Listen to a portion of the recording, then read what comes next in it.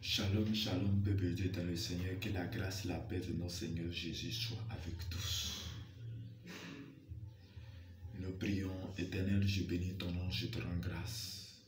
Je vais te rendre grâce, Seigneur, pour tout ce que tu fais dans ma vie. Je bénis ton nom. Que ton nom soit élevé au-dessus de tout nom. Je mets mon esprit, ma force en tes mains. Je bénis ton nom pour la vie de mon frère, pour la vie de ma soeur, pour tout ce que tu as accompli dans notre vie. Je bénis ton nom parce que tu es grand, tu es puissant, tu es glorieux. Merci Seigneur. Je remets ma bouche, mon âme, mon esprit en tes mains. Permets que je sois un canal pour la vie et l'âme, le corps de quelqu'un. Permets que Dieu sur cette parole touche le cœur de quelqu'un. Efface la personne et que cet esprit tu prends la place. Au nom de Jésus. Amen. Bien-aimés dans le Seigneur, en ce jour, en ce dimanche 10 décembre, je viens t'apporter une bonne nouvelle. Je viens t'apporter un message de la part de notre Seigneur Jésus. Et le thème que le Seigneur me met à cœur est: Ô Éternel, souviens-toi que j'ai marché devant ta face avec fidélité et intégrité. Et ô Éternel, souviens-toi de ce que j'ai fait. Et nous trouvons cela dans le livre d'Ésaïe, Ésaïe 38, versets 1 à 8. Et je lis. En ce temps-là, Ézéchias fut malade à la mort. Le prophète Ésaïe, fils d'Amos, vint auprès de lui et lui dit: Ainsi parle l'Éternel, donne tes ordres à ta maison, car tu vas mourir et tu ne vivras plus. Ézéchias tourna son visage contre le mur et fit cette prière à l'Éternel. Ô Éternel, souviens-toi que j'ai marché devant ta face avec fidélité et intégrité de cœur, et que j'ai fait ce qui est bon à tes yeux. Et Ézéchias répondit d'abondance de larmes. Puis la parole de l'Éternel fut adressée à Isaïe en ces mots: Va et dis à Ézéchias, ainsi parle l'Éternel, j'ai entendu ta prière et j'ai vu tes larmes. Voici, j'ajouterai à tes jours 15 années. Je te délivrerai, toi et cette ville, de ta main du roi d'Assyrie, et je protégerai cette ville. Et voici, de la part de l'Éternel, le signe auquel tu connaîtras que l'Éternel accomplira la parole qu'il a prononcée. Je ferai reculer de 10 degrés en arrière avec le soleil l'homme des degrés qui est descendu sur les degrés d'Akaz. Et le roi reculera de 10 degrés sur les degrés où il était descendu. Parole du Seigneur. Amen. Bien-aimés dans le Seigneur, l'histoire ici s'agit de deux personnes. Il s'agit d'Ézéchias et le prophète Ésaïe. La Bible dit ici que le prophète Ésaïe est grand prophète. Le prophète à qui, lorsqu'il dit quelque chose, la chose arrive. Lorsqu'il voit et il dit, la chose va forcément arriver. Et Dieu, de la grâce, va dire à Ézéchias, et va dire à Ésaïe, va dire à Ézéchias qu'il va mourir. qu'il se prépare, qu'il prépare sa maison, qu'il fasse tout parce qu'il va mourir. En ce temps-là, Ézéchias était malade. Ils étaient malades à la mort. On dit, en ce temps, Ézéchias fut malade à la mort. C'est-à-dire que la maladie, il était à la mort. Il allait mourir. Et ce moment-là, en ce moment de douleur, en ce moment, il est en train de prier. En ce moment, il est en train de lutter avec cette maladie. À travers la mort, c'est en ce moment-là que le prophète Isaïe apparaît pour dire, prépare-toi, car tu vas mourir. Donne l'ordre à ta maison. Dis celui qui va te remplacer. Dis, car tu vas partir.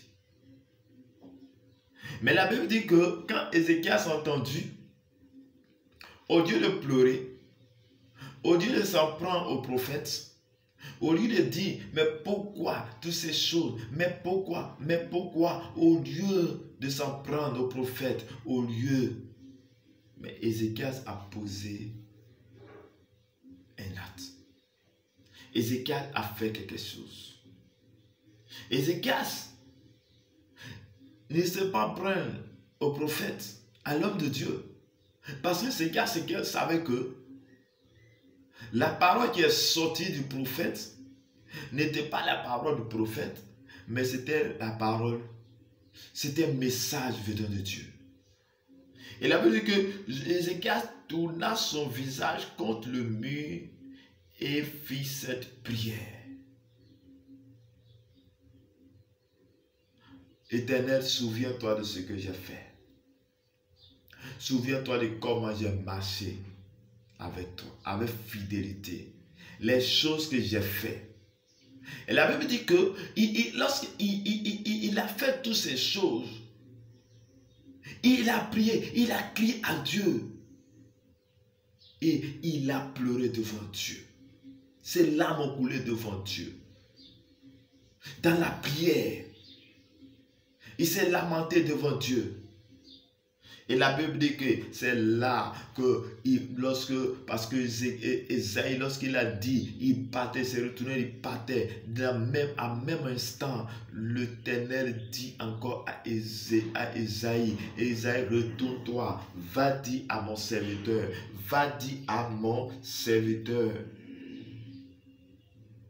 Dieu va dire à Ézéchias que j'ai entendu sa prière. J'ai entendu sa prière, j'ai vu ses larmes et je lui donne encore plus de temps sur la terre. Bien-aimé dans le Seigneur, voici l'attitude de deux personnes. La personne du prophète Esaïe qui reçoit le message et sans libérer le message. Et la personne de celui qui reçoit le message. Voici les deux comportements. Bien-aimés dans le Seigneur, nous allons parler du comportement d'abord d'Esaïe. Chers frères et sœurs, chers serviteurs, chères servantes, quand tu reçois le message de la part de Dieu, qu'est-ce que tu fais? Quand tu reçois la vision de la part de Dieu, qu'est-ce que tu fais? Quand tu reçois cette vision, qu'est-ce que tu fais? Esaïe a reçu, il est parti dire. Il est parti annoncer. Il est parti annoncer avec sagesse. Il a annoncé à Ézéchias. Quand tu reçois la vision, quand tu reçois le message, quand tu reçois un songe, quelle est ton attitude? Oui, bien-aimé, nous devons, en serviteurs servant de Dieu, nous devons avoir un cœur d'amour. Parce que si tu n'as pas le cœur d'amour, si tu n'as pas le cœur comme Dieu, si tu n'as pas le cœur comme Dieu, tu ne peux pas opérer dans le prophétique. Parce que dans le prophétique, tu es entre Dieu et les hommes. Tu es l'intermédiaire.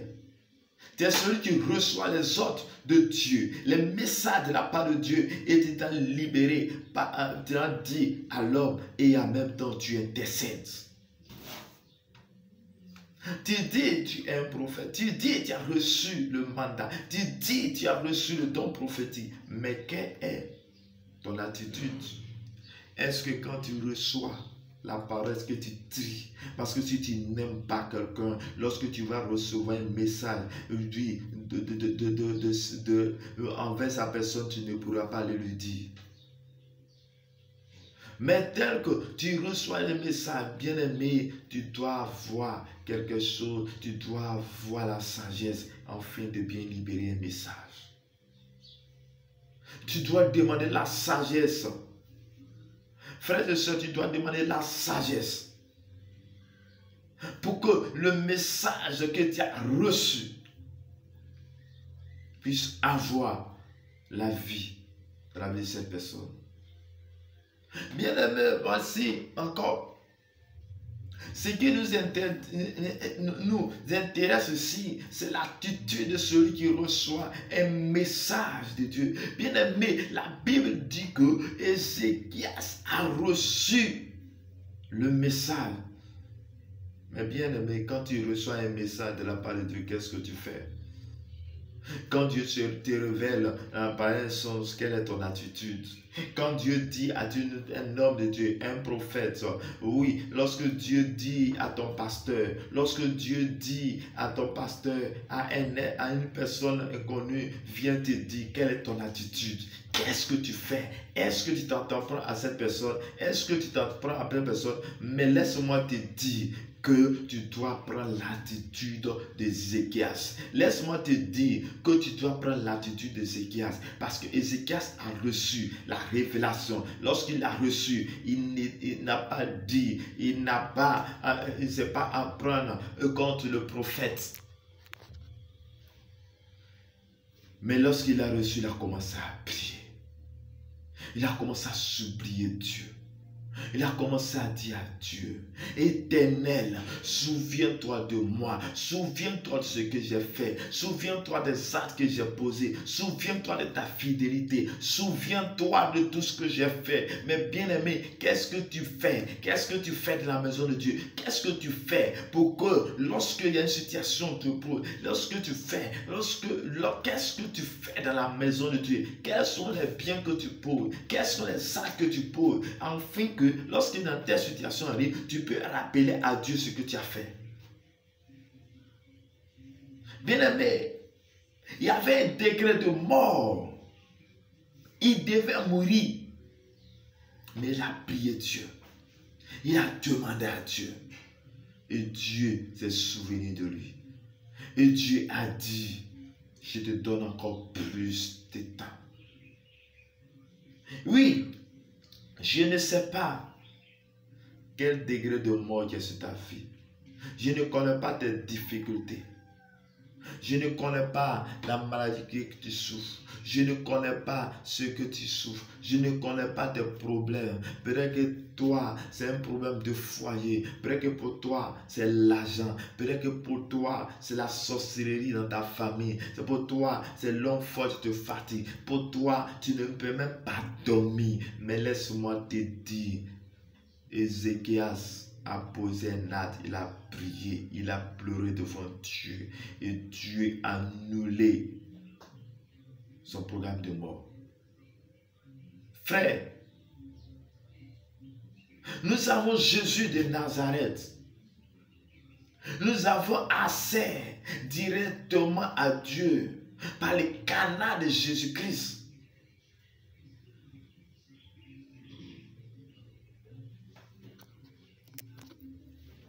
Nous avons accès à Dieu. Nous avons le Saint-Esprit en nous pour nous communiquer sa grâce. Nous avons la grâce de Dieu. Et bien aimé dans le Seigneur, pendant cette grâce, quelle est ton attitude? Oui, est-ce que tu te mets à prier? Est-ce que tu confies ton sort à l'Éternel? Est-ce que tu confies ta situation à Jésus? Oui, il y a une solution pour toi. Tu souffres, il y a une solution pour toi. Tu es malade, il y a une solution pour toi. Il y a une bonne nouvelle pour toi. La bonne nouvelle pour toi est que tu dois donner ta vie au Seigneur Jésus. La bonne nouvelle pour toi est que tu dois donner ton cœur à Jésus. La bonne nouvelle pour toi est que tu dois t'attacher à Jésus. La bonne nouvelle pour toi est qu'il y a une personne à qui et tous genoux fléchissent, à qui la maladie est obligée de s'enfuir lorsque il parle. La Bible dit que oui, l'Éternel a dit à ses disciples qu'ils montent dans la barque. Et dans la barque, il y avait la tempête. Dans la barque, il y avait tellement de choses. Mais Jésus dormait. Mais les disciples, quand ils ont vu cela, ils ont réveillé Jésus. Et Jésus a dit, a parlé à la situation est réglée. Bien-aimé, nous avons Jésus auprès de nous. Quand tu t'es converti, quand tu as donné ta vie à Jésus, il y a Jésus qui est capable de tout transformer. Et tu ne peux pas trouver le salut ailleurs, mais le salut se trouve en Jésus. Frère, ne te lamente plus dans tes situations, mais appelle, crie à Jésus, crie à Dieu. Et Ézéchiel a crié à Dieu. Il a reçu au même instant la grâce de Dieu. Il lui a donné encore plus d'années. Oui, il a donné encore plus d'années. Tu peux le faire aussi. La Bible dit qu'il est le même hier, aujourd'hui, éternellement. Frère, ma soeur, qu'attends-tu pour donner ta vie au Seigneur? Qu'attends-tu pour donner ta vie à Jésus? Qu'attends-tu pour avoir des relations avec Dieu le Père, avec le Fils, avec le Saint-Esprit? Il n'y a pas autre relation qui est plus forte, qui est plus intéressante que la relation avec le Saint-Esprit, avec Jésus, avec Dieu. Quel que soit ce que tu veux faire, tu vas faire sur cette terre. Il y a un nom qui est au-dessus de tout nom, c'est le nom de Jésus de Nazareth. La Bible dit que le nom de Jésus, tous genoux fléchissent. Et il nous a donné ce pouvoir. Le pouvoir de marcher sur les serpents, les scorpions, le pouvoir de mépriser, le pouvoir de détruire les œuvres des ténèbres, le pouvoir sur la sorcellerie, le pouvoir sur toutes ces choses. Bien-aimé dans le Seigneur, tu as ce pouvoir. Lève-toi et agis. Lève-toi et parle. Lève-toi et agis. En cette fin d'année, oui, je ne sais pas quel degré tu es sur ta vie. Je ne sais pas quel degré tu es sur ta vie. Je ne sais pas quel degré de mort. Mais laisse-moi te dire, lève-toi et crie à Dieu. Comme Ézéchiel a crié à Dieu. Et tu verras que le degré de mort qui était sur ta vie va être libéré. Je déclare et je prophétise sur ta vie que tout degré de mort qui était là, que l'ennemi a programmé, toute mort que les sorciers ont programmé, j'annule cela sur ta vie au nom de Jésus. J'annule cela sur ta vie au nom de Jésus. Je brise toutes les chaînes de mort. Je brise tous les empires de mort. Je brise, je condamne toute parole, toute prophétique de mort au nom de Jésus.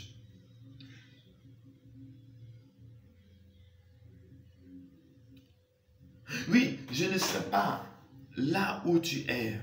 Peut-être que pour toi, ils ont détruit tes finances. Je déclare le rétablissement de tes finances au nom de Jésus. Peut-être que toi, c'est ton foyer, tu n'avances pas. Mais je brise, je chasse l'esprit qui trouble tes foyers au nom de Jésus. Si tu es attaqué par la sorcellerie, je déclare que les œuvres de la sorcellerie soient détruites dans ta vie au nom de Jésus. Je déclare maintenant que la sirène des eaux, La femme de nuit, mari de nuit, tu te fatigues. Je détruis les œuvres dans ta vie, dans ta maison, au nom de Jésus. Oh, cela qui trouble, tu troubles de foyer, tu fais que il y a de palabres en parlant dans ton foyer. Je déclare que tu es libéré maintenant au nom de Jésus. Chers frères et sœurs, il y a la vie dans le nom de Jésus. Il y a la vie dans le nom de Jésus. Ne te lamente plus, mais appelle Jésus de Nazareth. Appelle Jésus de Nazareth. Appelle Jésus de Nazareth. Crie à Dieu, crie à Dieu, crie à Dieu, crie à Dieu, crie à Dieu. Il est capable de te transformer. Il est capable de te transformer. Il est capable de t'apporter la vie comme il a fait pour Ézéchias.